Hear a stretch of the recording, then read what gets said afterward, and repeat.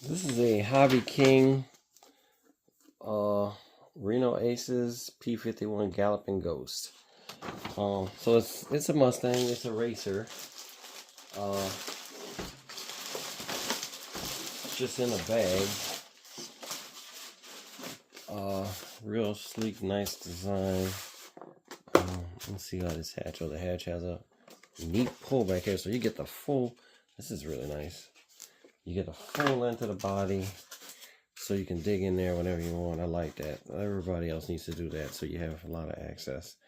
You got your two servo leads, and you got your speed control neatly tucked up in the nose somewhere where you can't even get to. Oof. Oh, okay, I see some screws here, so you can take this off to get to your ESC and your motor if you needed to.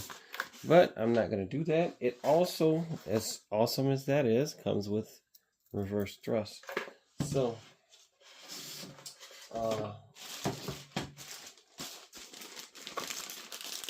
your elevator. Let's get him out of his house.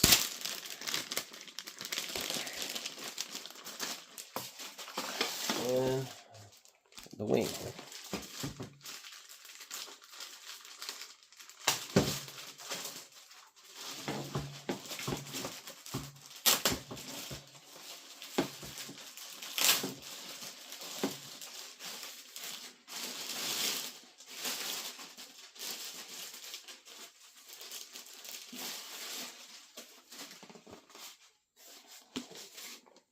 Pretty nice, lightweight. Servos all connected for you. No flaps. Wires are neatly tucked in for the Y. No gear.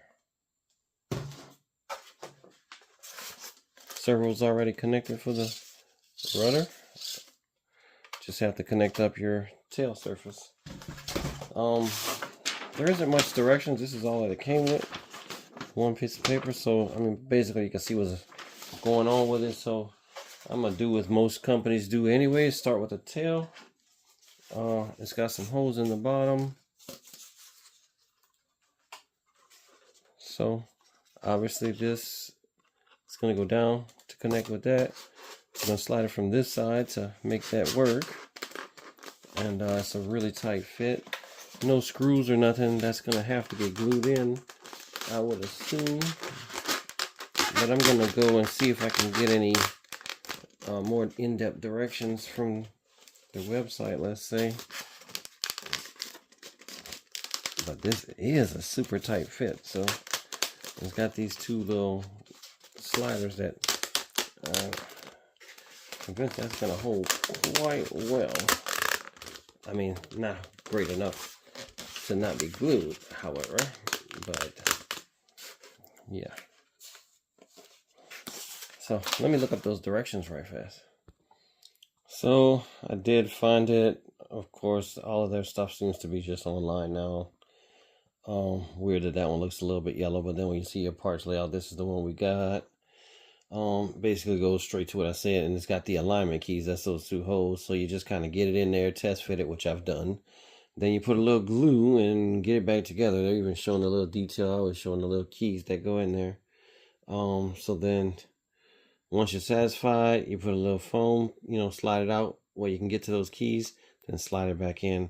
I'm sure when you get to it, that's gonna actually be squirting some glue out because it's such a tight fit. So then, I have to clean that up, make it neat. So for this glue job, I got this piece out where you can see the two little ribs. And to get the E6000, the reason for the paper towel. Alright, got a decent amount of glue on there. It's such a tight fit that I think even a little glue would work fine. I'm going to pull down on it slightly with, if I can get this on frame, with this hand right here to kind of give it a little gap that maybe all the glue won't get raked out of there. Yeah, and I think I was successful. Alright, we did it. So now I can see the edge right there. I want to get that even.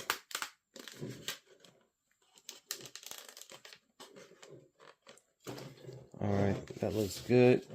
So now I'm going to verify my alignment inside, and it was slightly off. Alright. Yep, looks good in the holes. And you can't see that well, but I can. And it looks decent right back here. Pretty flat. So I'm gonna get that excess that I keep talking about off of there.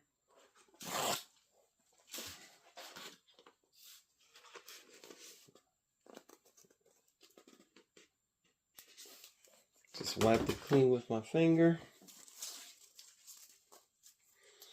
Now, the next step is to insert the plugs into these holes. Now, I gotta talk to my buddy because when I got it, I am assembling this for somebody else. When I got it, it was just in the plastic bags. So these are the pieces you need to glue those in to secure that wing and positively lock that in. So that's not just that little bit of glue that I put on there. It's not the only thing holding that tail on. So I'm gonna have to check with him. I do have it aligned pretty good. I'm convinced that those will slide in as long as I don't disturb that beforehand. I'm gonna keep checking it. The next step is to connect this clevis to the tail. I don't need to do that right now. I'm gonna wait until I power it up. I never do that part ahead of time. So I'm gonna just get this laying flat so that it can sit there and dry. Skipping the clevis. Moving on, it says something about the hatch. So, and then you're gonna take the hatch off, which I've already done, and thread the wing through. And then they show some screws. Oh, one big screw right here. So it's got to be inside the only bag that came with this thingy. Yeah, I think I'm missing a bag is what it comes down to. I am missing a bag. So I guess I'm gonna have to stop right here until I can get my buddy and get the rest of the screws. So the hole in the wing, I basically just took and shoved. This wire's long enough after the Y where I can shove those two connectors. I taped them because I hate if that ever comes apart. So it's aggravation. You gotta take the whole wing off. Which this is only one screw, so this one is probably the least aggravating one to ever take apart. So there's two pegs in the front, pretty standard. I'm gonna thread those two in, not thread those two, but align those two into there, pulling all my wires out, and shift it all the way forward. And that's it. It finishes pretty flat. Got your nice little intake. And I'm just missing that one screw, and put that in, and we'll be ready to rock and roll.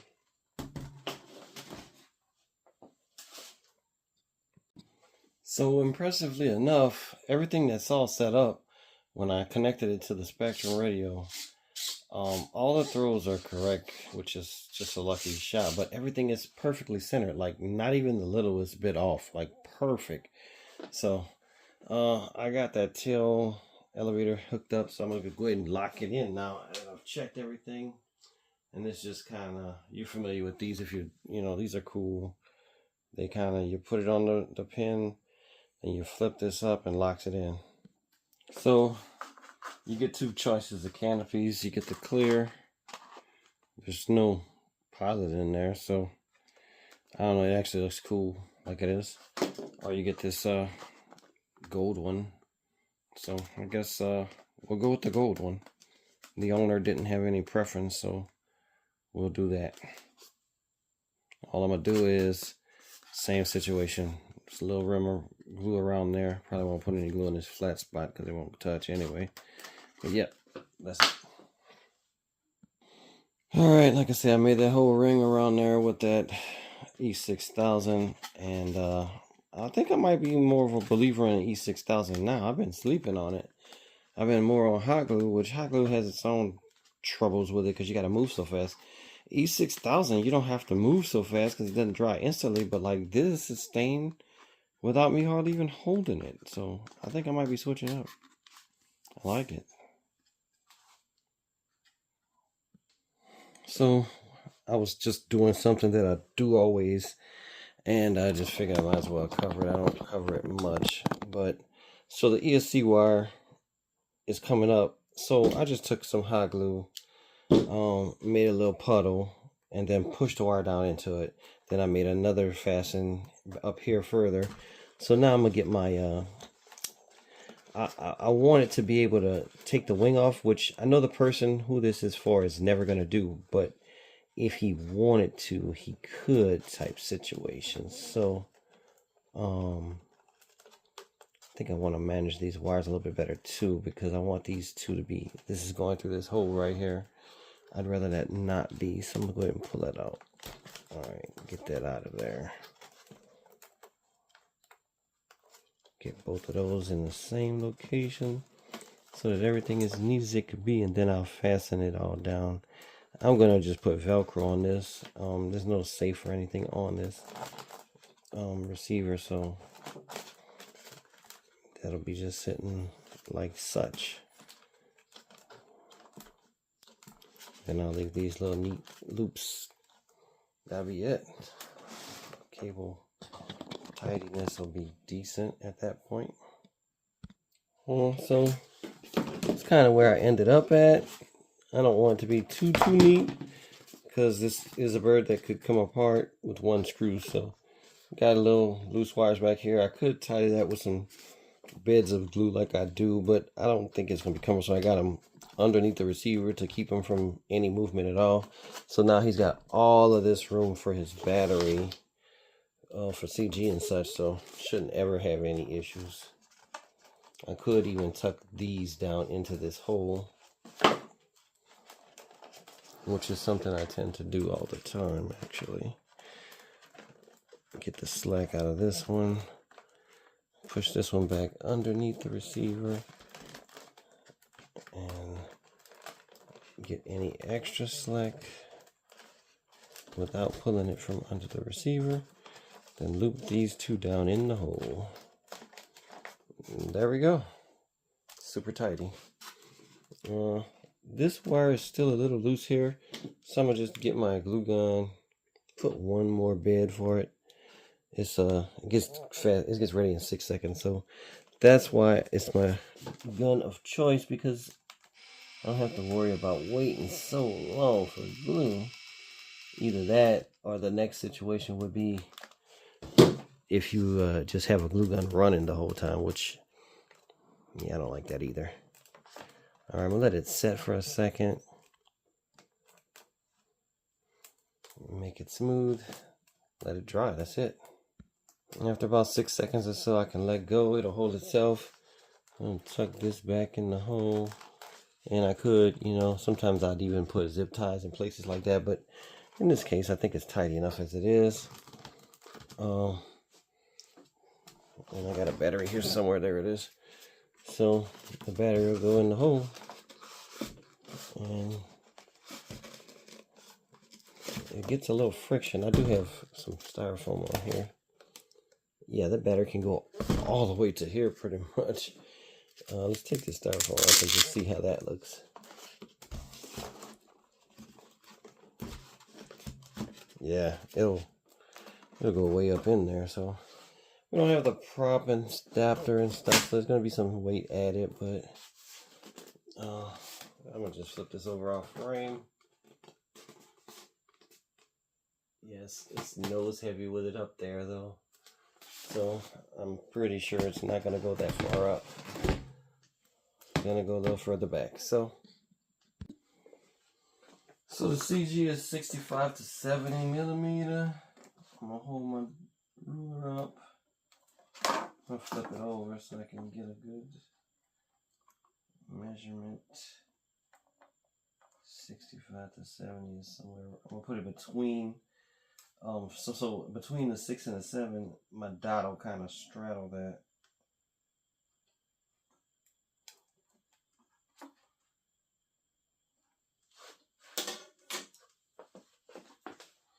Once again, these are the dots I use. I just got a whole pack of various colors. I stick them to my X-Acto. So get even.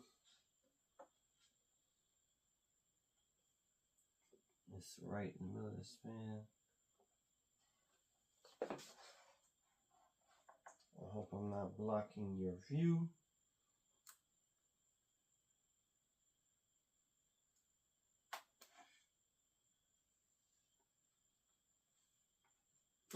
So I always kind of second guess myself and use body lines to kind of get a measurement. I'm about 15, 16. Yeah. And from the body, 3. Yeah. My CG marks are pretty good. So, right now, the bird is nose heavy with the 2200 in there, and I think it's only going to get worse once you put the prop and stuff on. So even with the body here, even with this opening, is the way I got the 2200 for us. So I would say you're going to have to come further back than that. Let's try about there just to get an idea. Yeah, that's probably going to be about it. I'm not going to mark it though because I want to get the spinner and all on, you know, all the extra weight before I mark anything on the bird. So I'm going to wrap up with that until I get the rest of the parts, and we're going to probably just fly it tomorrow and see what's what. Take it to the field.